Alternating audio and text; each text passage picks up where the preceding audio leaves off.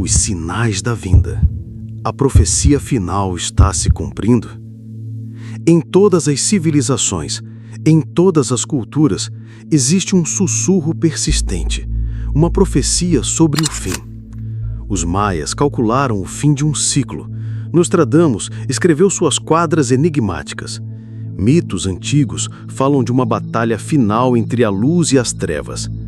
Mas nenhuma profecia é tão detalhada, tão específica e tão duradoura quanto o código profético deixado nos textos bíblicos.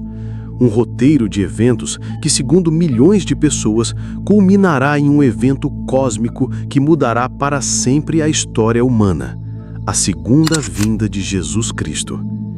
Por 2000 anos, fiéis e céticos têm escrutinado o horizonte da história, procurando por sinais, por padrões, por ecos dessas profecias antigas no desenrolar dos seus dias.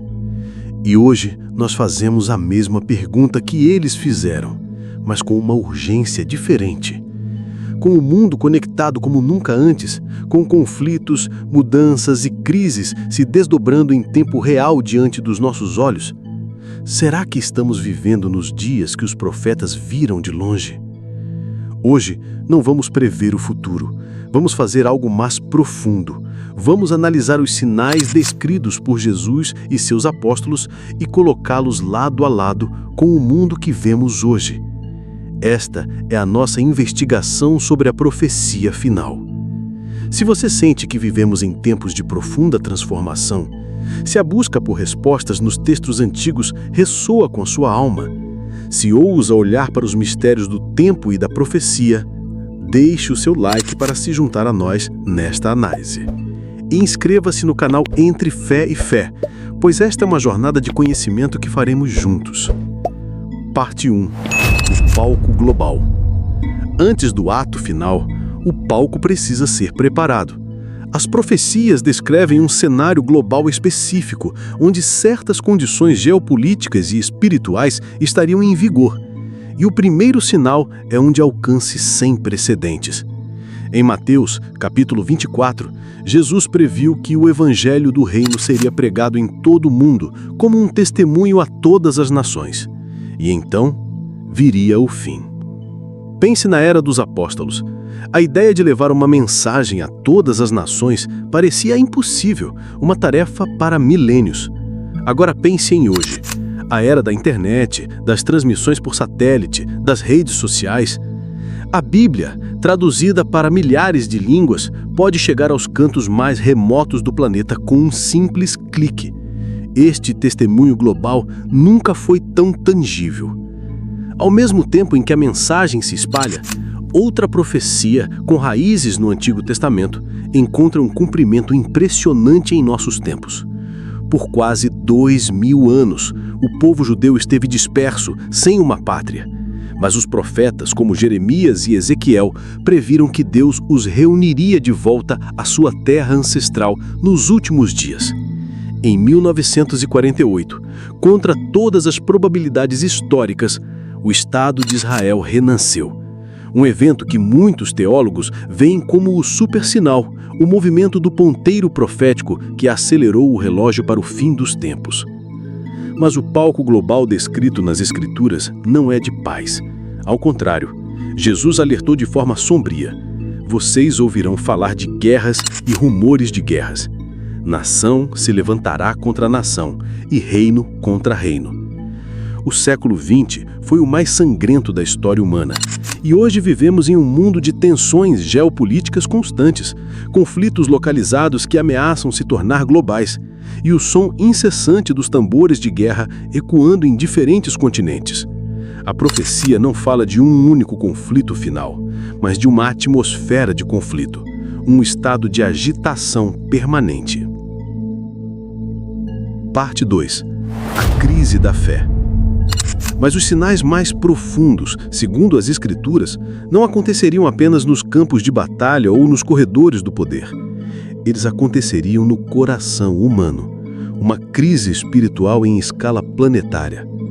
O apóstolo Paulo, em sua carta a Timóteo, previu um tempo de grande apostasia, uma rebelião contra a fé, onde muitos abandonariam as doutrinas verdadeiras para seguir seus próprios desejos, buscando mestres que lhes dissessem apenas o que os seus ouvidos queriam ouvir.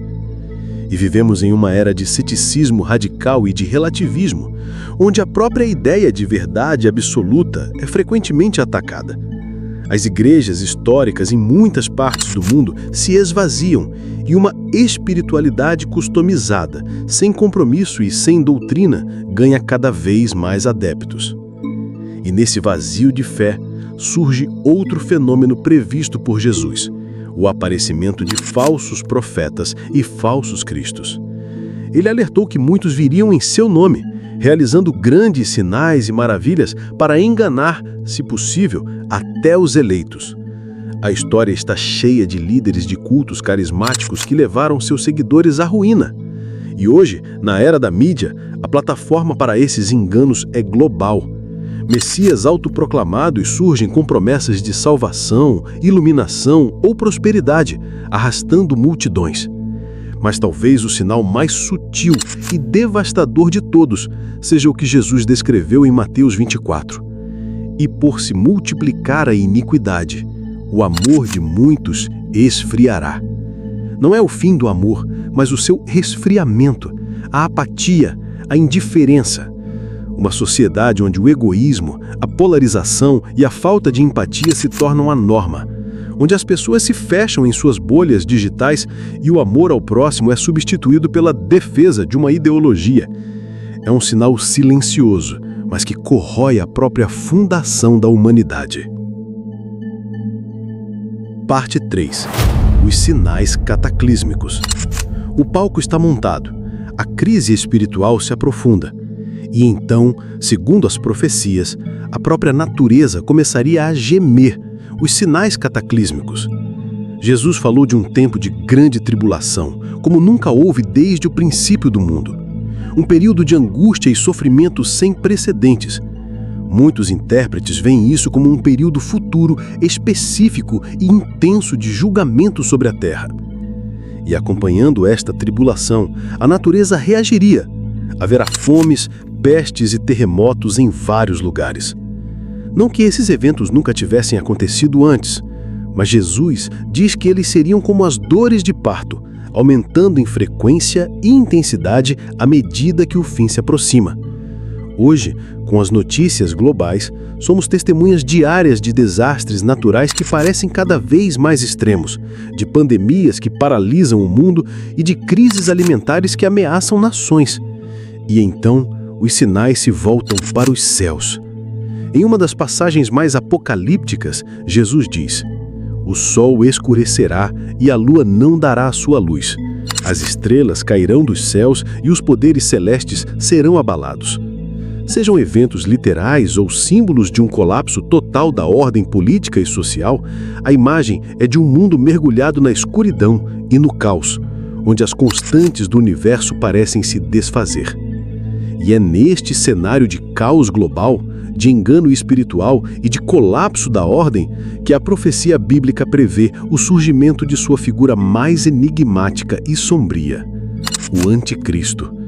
Descrito pelo apóstolo Paulo como o homem da iniquidade, ele se apresentará como um salvador, um líder político carismático que trará uma falsa paz e uma solução para as crises do mundo, exigindo adoração e se opondo a tudo que se chama Deus.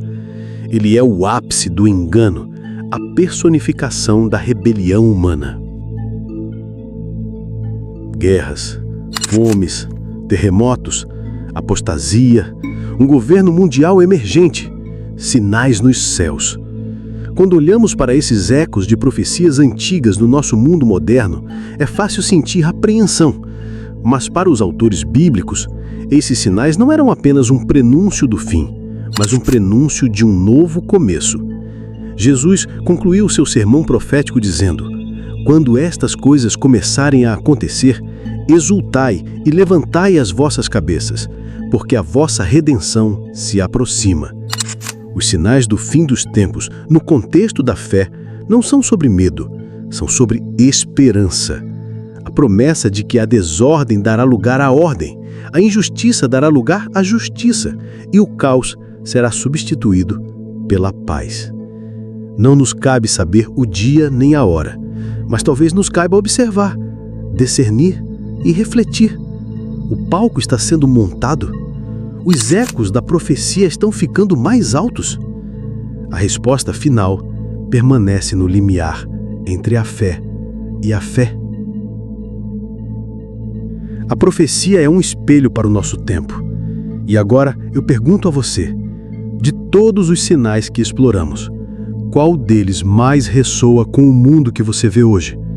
É a agitação geopolítica, a crise espiritual ou as convulsões da natureza? Deixe sua reflexão respeitosa nos comentários. Queremos construir uma comunidade que pensa e discute esses grandes temas. E se esta análise profunda te fez refletir, inscreva-se no Entre Fé e Fé e ative as notificações.